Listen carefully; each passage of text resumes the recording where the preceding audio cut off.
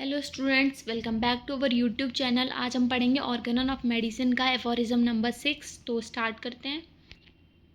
तो हर बार हम सारे एफोरिज्म रिवाइज करते हैं पिछले, पर ये एफोरिज्म नंबर 6 बहुत बड़ा है तो हम सिर्फ एफोरिज्म नंबर 5 रिवाइज करेंगे। तो एफोरिज्म नंबर 5 में क्या बताया था? एक्साइटिंग कॉज और फंडामेंटल कॉज के बारे में बताया था।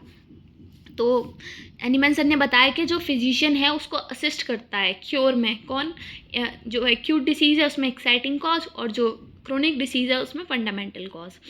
तो जो एक्यूट डिसीज़ है उसके अंदर हम क्या देखते हैं? एक्साइटिंग कॉज देखते हैं। मतलब ऐसा क्या है एक्यूट डिसीज़ के अंदर जो उसे एक्साइट कर रहा है या फिर जो उसे बनाए रख रहा है। मतलब एक्यूट डिसीज़ में अगर कोई फैक्टर है तो वो एक्साइटिंग कॉज है, उसकी वजह से एक्यूट डिसीज़ हो रही है। तो हम वो देखते हैं। अब वो कुछ भी हो सकता है, emotional factor, physical factor, environmental factor. मतलब किसी को बहुत ज़्यादा ग्रीफ है तो उसको बहुत ज़्यादा दुखी रह रहा है तो उसको कोई डिसीज़ हो गई तो वह उसका एक्साइटिंग कॉज हो गया। या फिर कोई डैम वेदर में रह रहा है तो उसे सर्दी जुकाम हो रहा है, एलर्जी हो रही है, तो ये हम देख सकते हैं। और उससे क्या होगा? अगर हमें एक्साइटिंग कॉज पता चल जाएगा तो एक्साइटिंग कॉज हटा देंगे तो क्या होगा? डिसीज़ क्योर की तरफ बढ़ने लगेगी। तो ये हो गया। फिर जो क्रोनिक डिसीज़ है उसमें हम क्या देख रहे थे? उसमें सिग्निफिकेंट पॉइंट्स, जो इंपॉर्टेंट पॉइंट्स है केसेस के, उनको नोट करके होल हिस्ट्री, मतलब क्रोनिक डिसीज़ की पूरी हिस्ट्री ली, उसके बाद इंपॉर्टेंट पॉइंट्स नोट किए, उससे फंडामेंटल कॉज को डिस्कवर कर रहे थे, और जो कि किसकी वजह से होता है? उस डिसीज़ के क्रोनिक मियाज्म की वजह से। और हमने क्या देखा इसमें? और इसमें हमने देखा कि बाकी और क्या देखते हैं ड्यूरिंग इन्वेस्टिगेशन? फिजिकल कॉन्स्टिट्यूशन, मतलब मेकअप क्या है, आँख नाक मुंह क्या है, कैसा दिखता है पेशेंट, टॉल लीन, ये सब। उसके बाद उसके मोरल्स, इंटेलेक्चुअल करेक्टर क्या करता है, मोड ऑफ लिविंग और हैबिट्स क्या हैं, सोशल डोमेस्टिक रिलेशंस कैसे हैं, एज क्या है, सेक्सुअल फंक्शन ठीक है या नहीं, ये सब देखते हैं। अब हम देख रहे हैं एफोरिज्म नंबर 6, द अनप्रेजुडाइज्ड ऑब्जर्वर। अब इसमें हम देखेंगे अनप्रेजुडाइज्ड ऑब्जर्वर के बारे में। तो द अनप्रेजुडाइज्ड ऑब्जर्वर, तो सबसे पहले समझते हैं अनप्रेजुडाइज्ड ऑब्जर्वर क्या है।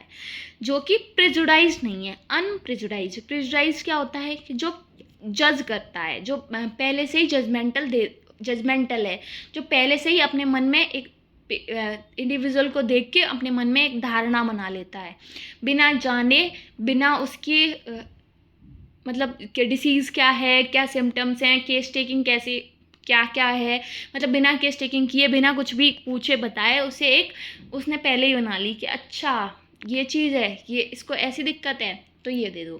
तो ये प्रेजुडाइज्ड हो गया। तो ऑब्जर्वर कैसा होना चाहिए? अनप्रेजुडाइज्ड होना चाहिए, जो कि किसी को डायरेक्ट जज ना करे बिना कुछ जाने। द अनप्रेजुडाइज्ड ऑब्जर्वर यानी कि अनबाइज्ड होना चाहिए। Unbiased observer well aware of the futility of transcendental speculations which can receive no confirmation from experience। तो जो अनप्रेजुडाइज्ड ऑब्जर्वर है उसे अच्छे से पता है, क्या पता है? वेल अवेयर है किससे? Futility of transcendental speculations. जो ट्रांसडेंटल स्पेकुलेशंस हैं डिसीज़ के बारे में, जो भी धारणाएं बनाई जा रही हैं, बड़ी बड़ी बातें बनाई जा रही हैं, बियॉन्ड और एबव नॉर्मल। ट्रांसडेंटल मतलब बहुत बड़ी बड़ी, नॉर्मल तो है ही नहीं वो। तो अनयूजुअल जो स्पेकुलेशंस बनाए जा रहे हैं, जो अंदाजे लगाए जा रहे हैं, जो धारणाएं बनाई जा रही हैं, जो कहानियां बनाई जा रही हैं, which can receive no confirmation, उनसे कुछ भी कन्फर्म नहीं हो रहा, फ्रॉम एक्सपीरियंस से, और उनसे कुछ कन्फर्मेशन नहीं हो रहा, चाहे वो कितने भी एक्सपेरिमेंट कर लें, कितना भी एक्सपीरियंस इकट्ठा कर लें और वो स्पेकुलेशंस बनाएं, पर उनसे कुछ भी प्रूव ही नहीं हो रहा। Be his power of penetration ever so great, चाहे उनकी पावर ऑफ पेनिट्रेशन कितनी ग्रेट क्यों ना हो, चाहे उनकी बातों में कितनी गहराई क्यों ना हो, पर वो सब बातें यूजलेस हैं, फ्यूटाइल हैं। Takes note of nothing in every individual case, और जो अनप्रेजुडाइज्ड ऑब्जर्वर है वो कुछ भी नोट नहीं करेगा इंडिविजुअल केस में, except the change in the health of the body and the mind. किसके अलावा? जो भी बॉडी में चेंजेस हो रहे हैं, जो भी माइंड में चेंज हो रहे हैं, उनके अलावा। तो पहले इतना समझ लेते हैं कि जो अनप्रेजुडाइज्ड ऑब्जर्वर है, जो जज नहीं कर रहा, जो अनबायस्ड है, एक मन में एक थ्योरी बनाकर पेशेंट को नहीं देख रहा, जो क्या देख रहा है? बहुत ही न्यूट्रल होकर उसे ऑब्जर्व कर रहा है और फिर उसके आधार पर कोई भी थ्योरी क्रिएट कर रहा है, मतलब उसके आधार पर टोटलिटी ऑफ सिम्टम्स बना रहा है, मतलब उसे एक न्यूट्रल बनता है, बिल्कुल अनबायस्ड है। उसे अच्छे से पता है कि जो ट्रांसडेंसल स्पेकुलेशंस बनाए जा रहे हैं डिसीज़ के बारे में, उनकी कोई भी फर्टिलिटी नहीं है, उनसे कोई भी कंफर्मेशन नहीं मिल रहा, और उनकी कितनी भी पेनिट्रेशन पावर कितनी भी अच्छी हो, कितने भी डीप हो, उनमें उन बातों में कितनी भी गहराई हो, पर वो किसी काम के नहीं है। किसके? ऑब्जर्वर के, फिजिशियन के, किसी काम की नहीं है। ठीक है। और वो क्या कर रहा है, वो उन चीज़ों को नोट कर रहा है कि इनको जो चेंजेस आ रहे हैं बॉडी में और माइंड में, यानी कि साइन और सिम्टम्स को। फिर आगे दिया है मॉर्बिड फिनोमिना को, यानी कि एबनॉर्मल चेंजेस जो आ रहे हैं बॉडी में उनको, एक्सीडेंट्स, अचानक से जो भी हो रहा है, सडन जो चेंजेस आ रहे हैं उनको नोट कर रहा है कि मतलब ऐसा था, नॉर्मली ऐसा था, अचानक से ये हो गया, ये सिम्टम आ गया, ये पार्ट ग्रो करने लगा, ये ऐसे ऑर्गन ये हो गया, तो उनको नोट कर रहा है, सिम्टम्स को, और जो भी सिम्टम्स आ रहे हैं उनको। Which can be perceived externally bye means of senses, जो कि देखे जा सकते हैं, परसीव किए जा सकते हैं। कैसे परसीव किए जा सकते हैं? सेंसेस के द्वारा, आँख, नाक, मुँह, कान, मतलब सुन के, और पेशेंट की सुन के और ऑब्जर्व करके, उसे देख कर, उसे स्मेल वगैरह नोटिस करके हम उनको परसीव कर सकते हैं। That is to say he notices only the deviation from the former healthy state of the now disease individual, मतलब जो अब डिसीज इंडिविजुअल है उसकी पहली हेल्दी स्टेट से क्या डेविएशन आए हैं वो सिर्फ उनको ही नोटिस करेगा। Which are felt by the patient himself, जो पेशेंट के द्वारा खुद महसूस किए जा सकते हैं, यानी कि subjective symptoms, remarked by those around him, और जो आसपास के लोग हैं उनके द्वारा बताए जाएंगे, and observe by the physician, और जो फिजिशियन के द्वारा ऑब्जर्व किए जाएंगे। तो जो पेशेंट खुद बताएगा वो सब्जेक्टिव सिम्टम, जो कोई और बताएगा या फिजिशियन ऑब्जर्व करेगा वो हो गए ऑब्जेक्टिव सिम्टम्स। तो किन पर ध्यान देगा? साइन और सिम्टम्स पे, यानी कि सब्जेक्टिव और ऑब्जेक्टिव सिम्टम्स पे। All these perceptible signs represent the disease in its whole extent, तो जो भी साइंस हैं वो क्या करेंगे, अगर जो भी परसेप्टिबल साइंस हैं जिनको हमने परसीव किया है, जिन्हें हमने नोट किया है, उनसे हम क्या करेंगे, डिसीज़ को पूरे एक्सटेंट में पूरी तरह से रिप्रेजेंट करेंगे, वो पूरी पिक्चर देंगे हमें, डिसीज़ के बारे में पूरा बताएंगे। दैट इज़ टुगेदर, जो एक साथ मिलकर they form the true and only conceivable portrait of the disease, जो कि ट्रू पिक्चर बताएंगे डिसीज़ की। मतलब इसमें क्या बताया कि फिजिशियन है उसके लिए क्या ज़रूरी है कि वो जो भी डिसीज़ है उसमें जो भी चेंजेस आए हैं, साइन और सिम्टम्स, उनको नोट करे और क्या निकाले, टोटलिटी ऑफ सिम्टम निकाले, जिसके बेसिस पे बाद में सिमिलम निकाला जाता है। ठीक है, अब देखते हैं foot note. I know not, मैं नहीं जानता, देयर फोर, हैनीमैन सर कह रहे हैं I don't know, I know not, मैं नहीं जानता, therefore how it was possible for physician at the sick bed to allow themselves to suppose death, कि ये कैसे पॉसिबल हो गया फिजिशियंस के लिए एट द सिक बेड, मतलब पेशेंट के लिए या फिर जो मरीज है उसके लिए कैसे उन्होंने अलाउ कर दिया कुछ भी सपोज करना।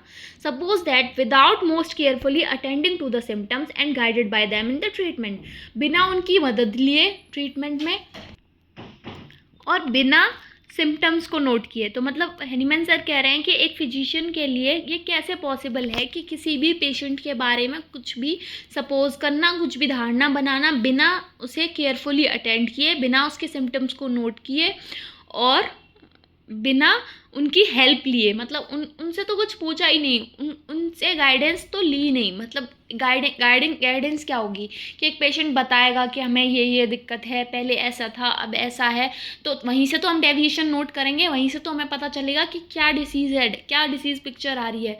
तो उनकी बिना हेल्प लिए, उनसे बिना पूछे, कोई भी सिम्टम्स बिना नोट किए कैसे कोई कैसे सपोज कर सकता है, कैसे फिजिशियन सपोज कर सकता है। They ought to seek and could discover only hidden and unknown interior, मतलब वो क्या करते हैं, वो सिर्फ हिडन और अननोन इंटीरियर में देखना चाहते हैं, उसमें झांकना चाहते हैं और उसे जो कॉज है उसे ढूंढना चाहते हैं। What there was to be cured in the disease, कि इस डिसीज़ में क्या क्योर करना है उसे उन्हें देखना है। Arrogantly and ludicrously pretending that they could, और क्या है, बहुत ही घमंड से और बहुत ही बेवकूफ़ी भरी उनसे फुलिस्टली वो क्या करते हैं, ये प्रिटेंड करते हैं कि वो उसे क्योर भी कर सकते हैं। मतलब एक तो वो बेमतलब में अननोन इंटीरियर में जो छुपा हुआ है उसमें झांकते हैं और ढूंढने की कोशिश करते हैं कि क्या क्योर करना है, और उनको लगता भी है कि वो कर सकते हैं without paying much attention to the symptoms, और सिम्टम्स पे बिना ध्यान दिए।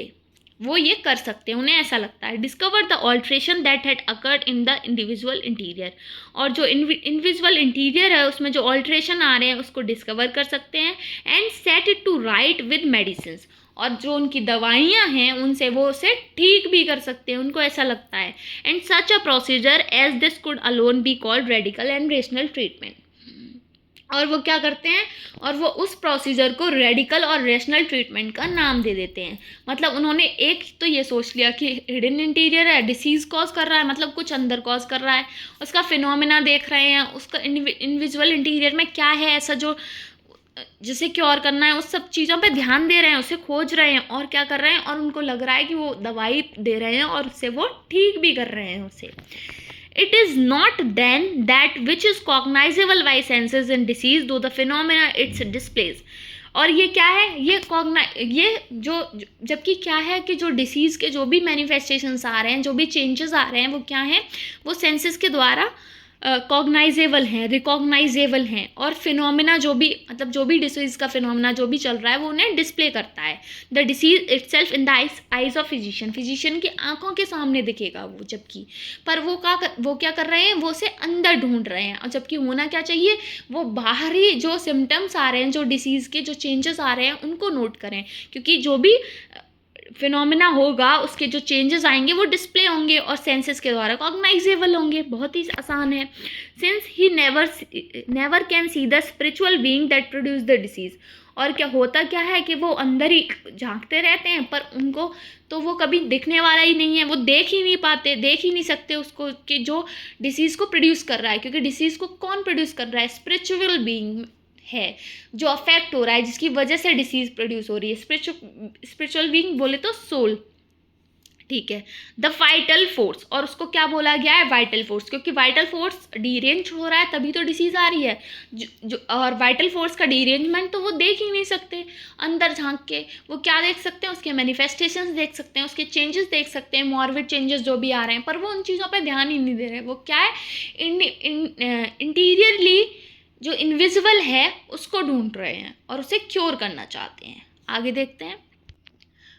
Nor it is it necessary that he should see it, ना ये ज़रूरी है कि वो उसे देखें, क्योंकि पहली बात तो वो उसे देख नहीं सकते, दूसरी बात ये ज़रूरी भी नहीं है उनके लिए उसे देखना।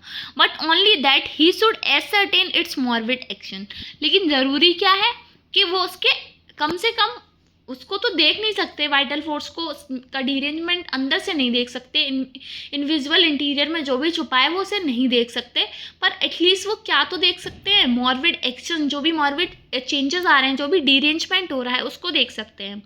What else will the in order that he may thereby be able to cure the disease, और जिससे क्या होगा कि अगर वो उसके मॉर्बिड एक्शंस को देखेंगे तो उससे क्या होगा, वो उसे डिसीज को क्योर करने के लिए एनेबल हो पाएंगे, सशक्त हो पाएंगे। What else will the old school search for in the hidden interior of the organism, और ऐसा क्या है जो ओल्ड स्कूल हिडन इंटीरियर में ढूंढ रहा है ऑर्गेनिज्म के, क्या है ऐसा जो ढूंढ रहा है, ठीक है।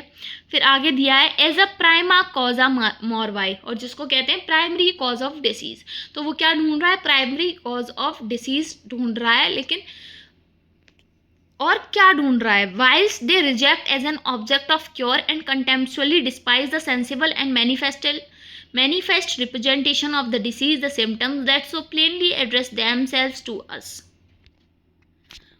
मतलब जो फिजिशियंस हैं, जो ओल्ड स्कूल है, वो क्या ढूंढ रहा है हिडन इंटीरियर में, प्राइमरी कॉज ऑफ डिसीज, जो कि क्या है primary cause, vital force derange हुआ है जिसे वो देख नहीं सकते, और वो क्या करते हैं, और अगर वो उसे ढूंढ भी लेते हैं तो वो क्या कर देते हैं, रिजेक्ट कर देते हैं उसे ऑब्जेक्ट ऑफ क्योर को, as an object of cure, मतलब ऐसा ऑब्जेक्ट समझ के कि उसका कोई यूज़ नहीं है उनके लिए, उसे रिजेक्ट कर देते हैं, तो वो ढूंढ ही क्यों रहे हैं।